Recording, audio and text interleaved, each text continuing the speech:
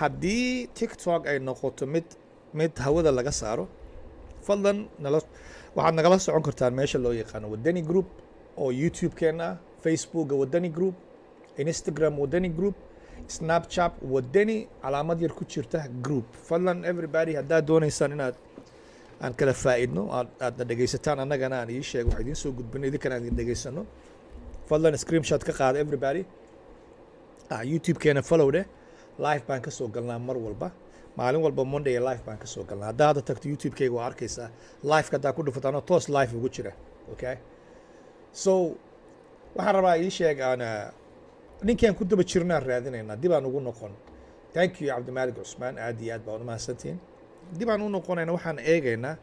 xalka ama muxuu yahay maxsuulka okay maskaxda waa inay shaqaysaa inta xoogga shaqayn lahaa waa inaan mar walba aan isticmaalnaa maskaxda waxaan idin tusiyay tusaalooyin fara badan aad xagga uga soo qaadayso $10 aad xagga u geynayso $10 kale okay haddaa u baahantaa waa sii wadi karnaa tusaalooyin fara badan maantadan aan annaga alaabahan dalbanay fadlan screenka noo share gareeya okay